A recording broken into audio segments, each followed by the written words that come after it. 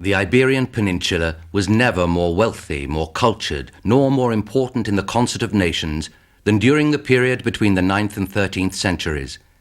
This was due to the influence of the Emirate, the Caliphate, the kingdoms of Taifas, and their successors.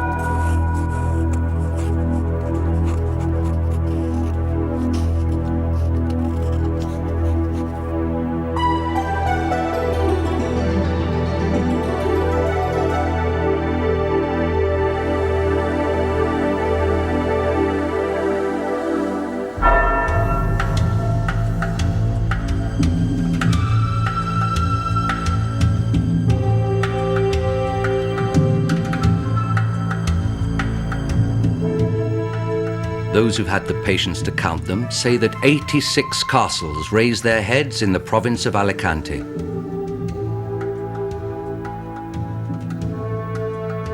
Some proud, others derelict.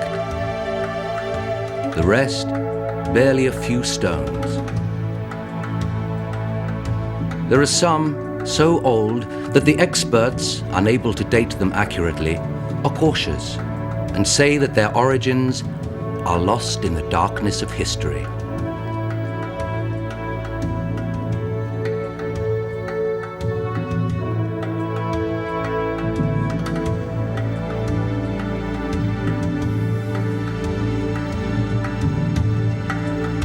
Those who live close by the castles, more often than not their ruins, are less cautious and date them from the time of the Moors. The Moors, and the Christians of course, are the main characters in the most established fiesta in these parts, in which they reenact each year bloodless battles in front of pretend wooden castles, amid deafening blasts of blank gunpowder and swishing scimitars.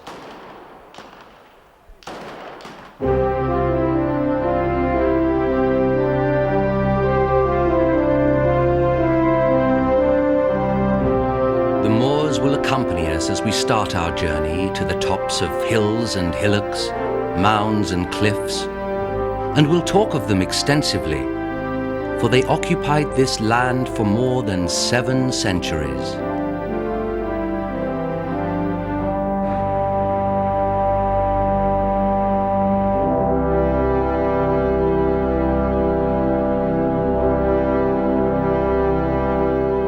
Scholars tell us that we shouldn't expect these castles to be palaces or armories, but that we should look at them from the point of view of the equilibrium and the harmony of space, so that we may appreciate their perfect union with the environment, which makes them indistinguishable from the rocks and the landscape, indivisible from nature, rare by today's architectural standards.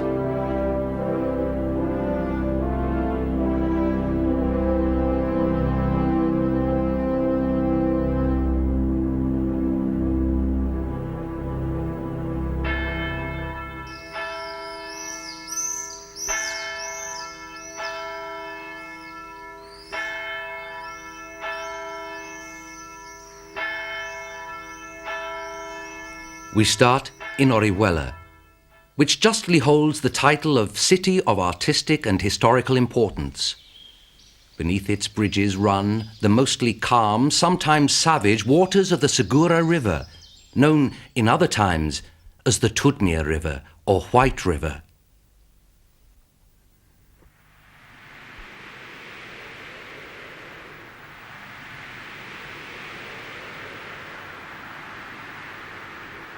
Of this castle, nowadays a ruin, it was said that it was one of the best and best crafted in Spain, one of the most beautiful and most secure in all the world. Little remains today of such a splendid past, which goes back to the early days of the Arab presence in the Iberian Peninsula, Rather than through the force of battle, the Hispanic Visigoths were dominated by the Muslims through capitulations and treaties, which allowed the previous occupants of the land to continue with their rights in exchange for paying various taxes. The best-known pact was signed in 713 between the Arab, Abdalaziz, and Teodomiro, who was then in charge of the Visigothic area which stretched from Lorca to Alicante, known since then as Tudmir, and whose capital was Orihuela.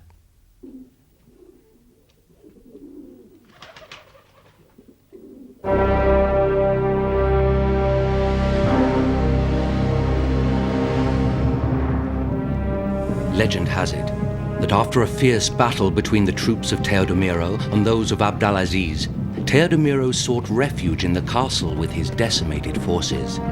Disguising the women as fighters, he fooled the Muslims into thinking that he had fresh troops, which tricked Abdalaziz into signing a treaty which guaranteed that neither Teodomiro nor his people would be killed, robbed of their possessions, or enslaved. Their churches would not be burned, they would be allowed freedom of worship, and they would be permitted to govern 7 cities, including Orihuela, Elche, and Alicante.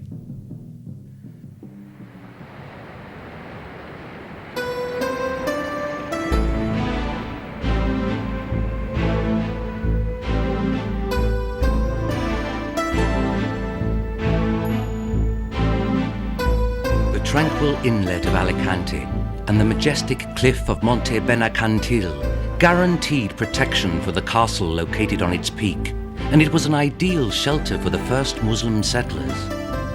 Between the hillside and the sea, a small village dedicated to fishing, piracy, and especially white slavery, very much appreciated in the north of Africa, was slowly beginning to develop.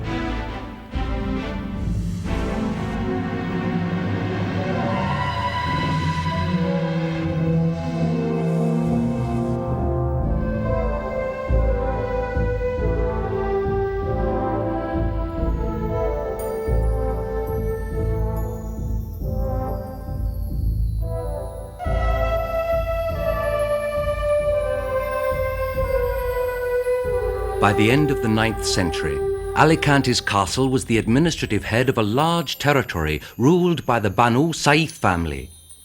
It is thought that the first governor, Al-Saith al-Aslami, may be the king in the legend of Prince Ali and Princess Kantara, which we cannot resist telling you.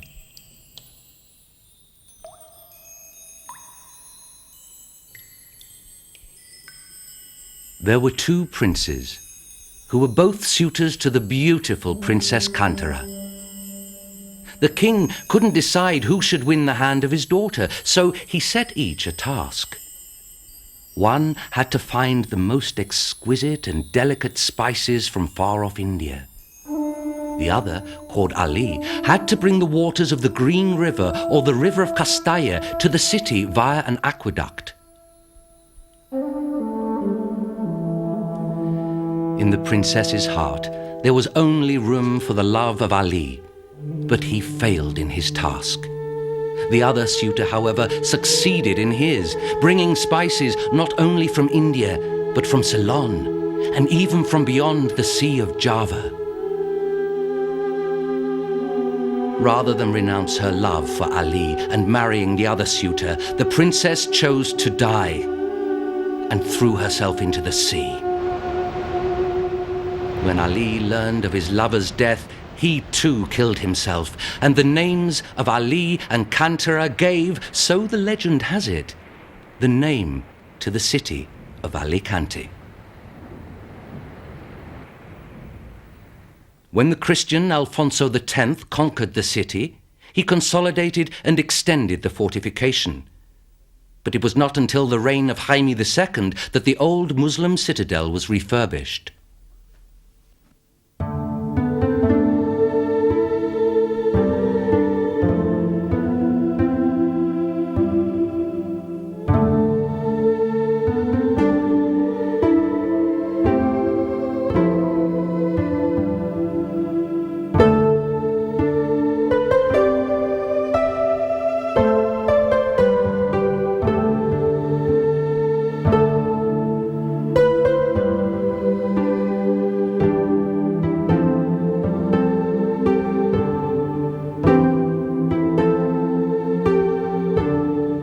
During the reigns of Carlos I, and especially Felipe II, the castle was given more modern fortifications, applying the new defensive techniques learned from the Italian wars and the new advances in artillery.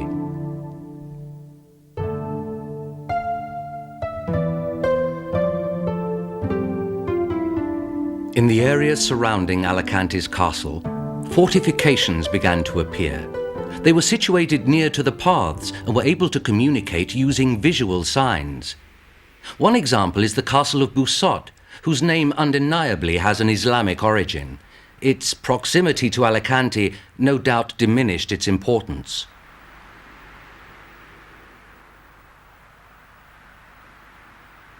The castle of Gijona formed part of a series of watchtowers which marked the borderline between Busot and Biar. This border was established by the Treaty of Almiserat, in which Jaime I and Prince Alfonso de Castilla settled the division of lands between the kingdoms of Aragon and Castilla. The castle was given to the city of Gijona by Felipe V in 1706 as a reward for its support of the Bourbon cause.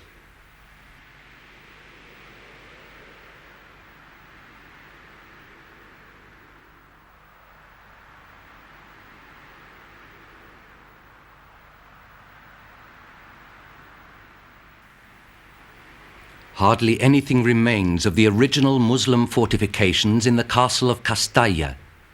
Lord of the surrounding valleys, other castles, towers and farmsteads were its subjects.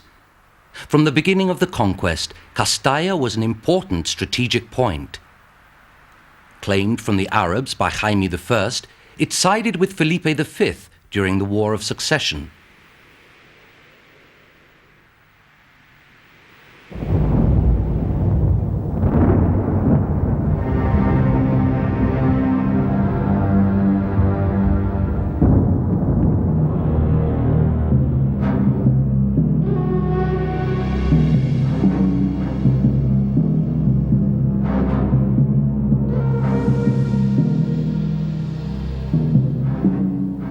In the year 1008, a group of highly placed civil servants from the court of Córdoba took advantage of the political instability caused by the fall of the Caliphate of Córdoba by going to the Levante area and taking charge of government in several important cities.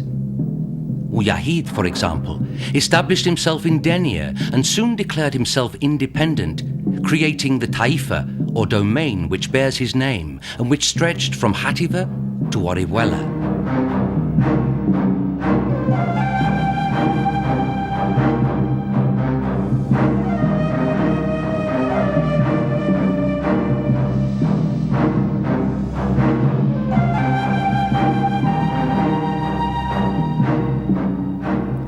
Once established in Denia, Mujahid began the conquest of the Balearic Islands, which he transformed into an important maritime base.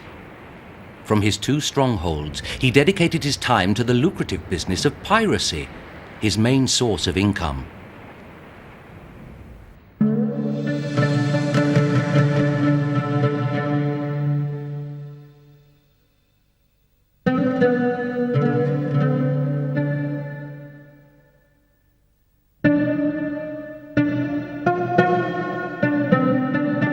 The taxes, collected from castles under government control, made possible a buoyant political and economic life, the maintenance of Christian mercenary troops, and the expansion and improvement of the cities.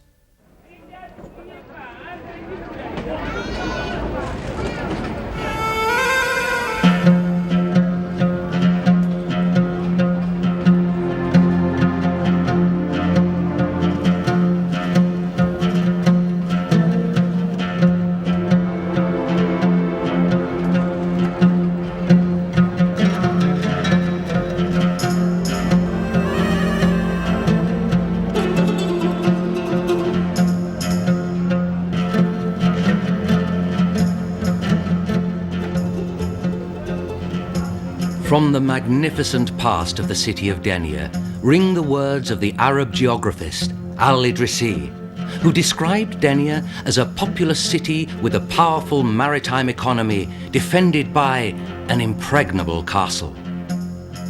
The castle was left in a state of ruin during the French invasion and was later reconstructed.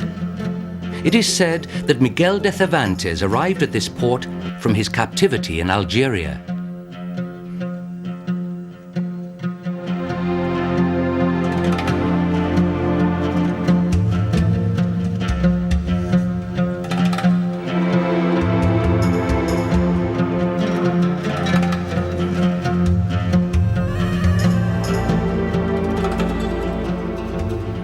From within the mountainous and rugged territory of the north of the province, hard to control with small, well-protected valleys and numerous natural passageways, many castles appeared and played their part in this period of splendor.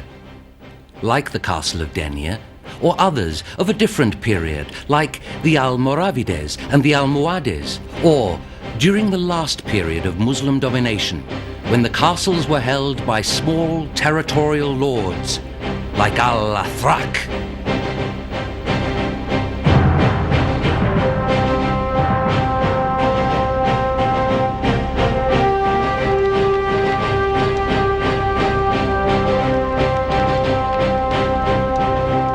This man, Al-Athrak, was the leader of the opposition in this territory, who rebelled against the invaders who would try to destroy the traditional way of life.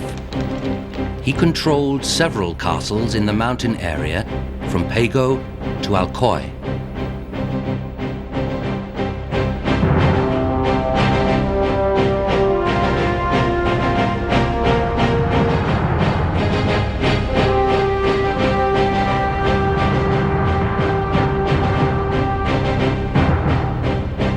It can be said that the Christian conquest began with the last of these revolts, in which the Muslim chief was killed during the siege of Alcoy. This may very well be the same battle that is commemorated in Alcoy every year during the fiestas of the Moors and the Christians.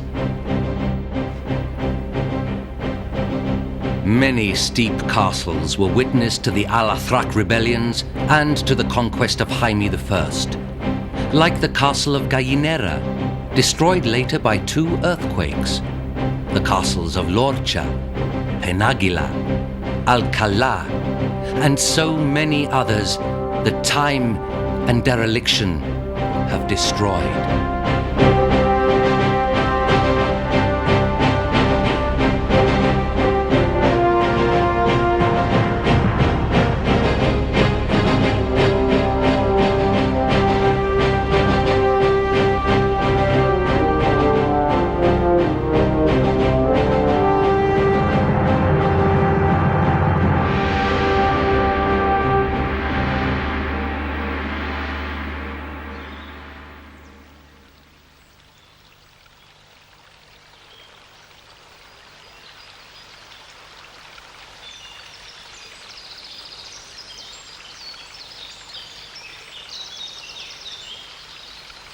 On both sides of the Vinalopó region, some of the best preserved castles remain.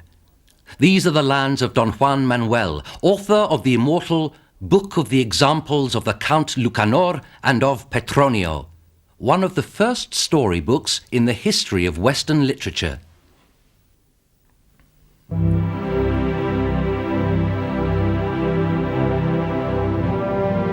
Don Juan Manuel was a complex character, typical of the medieval nobility, who sometimes produced the most exquisite literature and at others was involved in all kinds of political intrigue. His favorite pastime was hunting, the sport of nobles, and his love for the lands and the woods surrounding Villena is expressed in several documents and essays.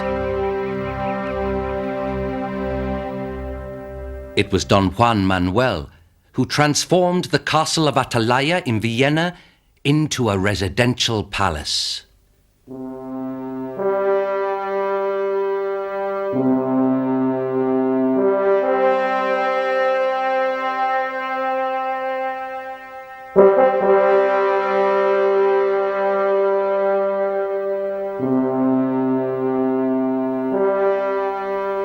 It took Jaime I nearly 4 months to capture the castle of Biar, even though he brought with him from Tortosa a catapult and 60 experienced bowmen. Its use as a cemetery in the 14th century caused serious damage to the castle walls, where they cut out niches to bury the dead.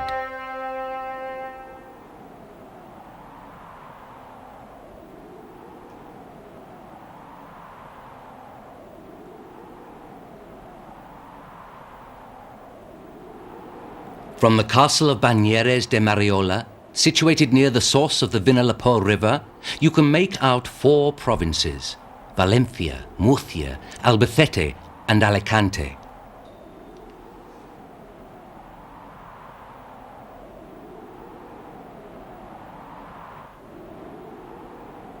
The city's support for Felipe V during the War of Succession earned it the title of noble, faithful, loyal, and royal.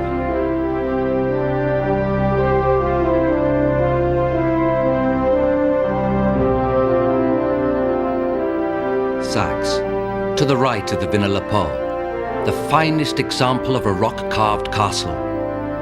Someone once said that it sprang from a rock which looked like an elephant's head, a similarity which no one has ever been able to find. Its lack of defenses, which used gunpowder, allows us to date it to the time of Infante Don Juan Manuel.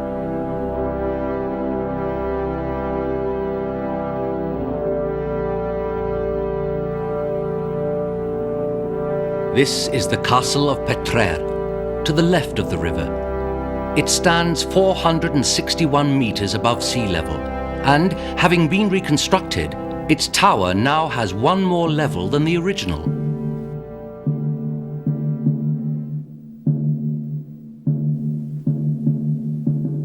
The castle of Mola in Novelda has passed from hand to hand over the centuries. Don Alfonso, Infante Don Manuel, Doña Violante, wife of Don Alfonso of Portugal, Jaime II, the family of Luna, the Marquis de la Romana, and Pedro Massa de Lizana, who was made a knight in Ireland in a ceremony akin to the traditions of King Arthur and the Knights of the Round Table. It has a curious triangular tower called the Three Corners, unique in Europe. Its peculiarity invites us to think of alchemists and ancient rituals taking place within its walls.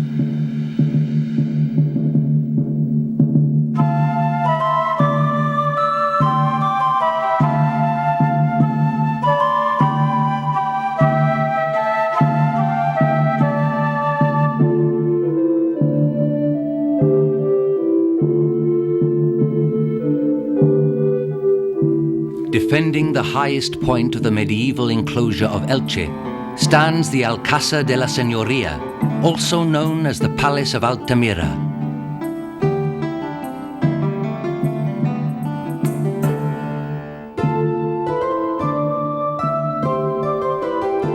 The oldest part of the fortress is the Tower of Homage, next to the Calahorra. This defensive position was the most prominent in the ancient city. The Almohad-style construction, built between the 12th and 13th centuries, predates the rest of the castle. Legend has it that Elche was one of the bases of operations of the national hero Rodrigo Díaz de Vivar, El Cid Campeador, from where he directed his hosts of mercenaries against the Moors and the Christians alike, to wherever there was booty.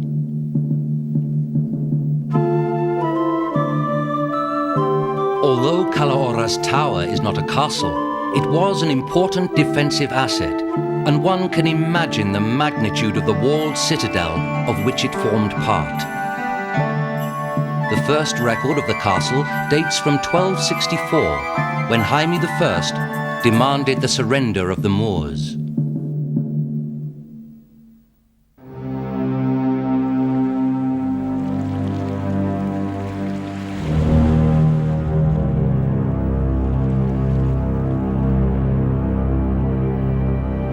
The 16th century was the century of travel, discovery, the domination of the Mediterranean, and the Renaissance.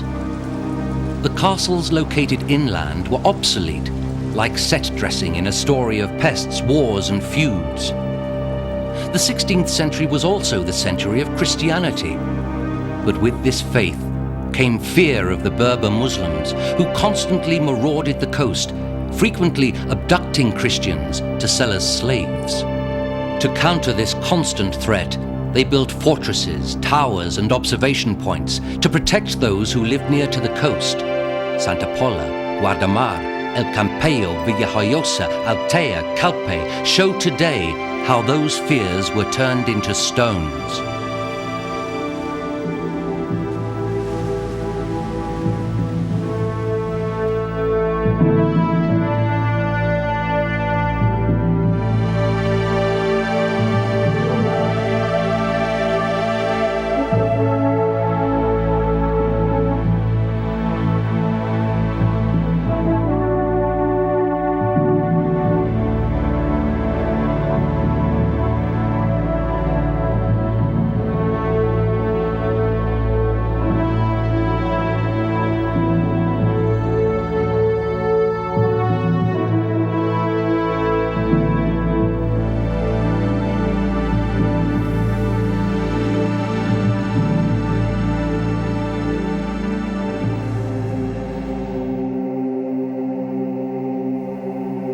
The monastery of Santa Fath, only a few kilometers from the capital Alicante, which has, since the 15th century, housed the relic of one of the 3 folds of the cloth said to have been used by the woman Veronica to wipe Christ's brow on his way to Calvary.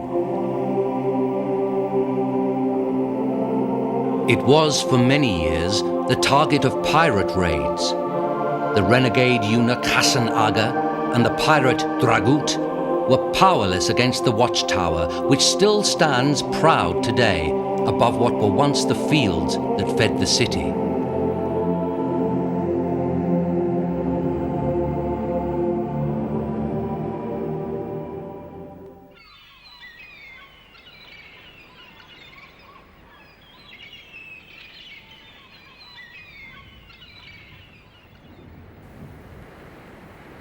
And so we come to the end of our journey. Some would call it a quest, at the island of Tabarca. In its time it's been called Plumbaria, Planesia, Plana, Santa Paula, Santa Pola, or Nueva Tabarca. It was once an ancient shelter for Berber pirates, and in 1541, Emperor Carlos V became the island's most famous visitor. Fear of the pirate Barbaroja, Redbeard, prompted Bernardino Cardenas to build the castle called the Castle of Santa Pola. The citadel, which still stands, was built in the 18th century. Carved on the San Gabriel door is the inscription, Carlos III, King of Spain, he made it and he built it. This work is, perhaps, too recent for this story of Moors and Christians, which now we conclude. Let us end by the sea, the Mediterranean or Syrian Sea, upon whose waters the protagonists of this story navigated, and who left behind a silent testament to their presence, the castles.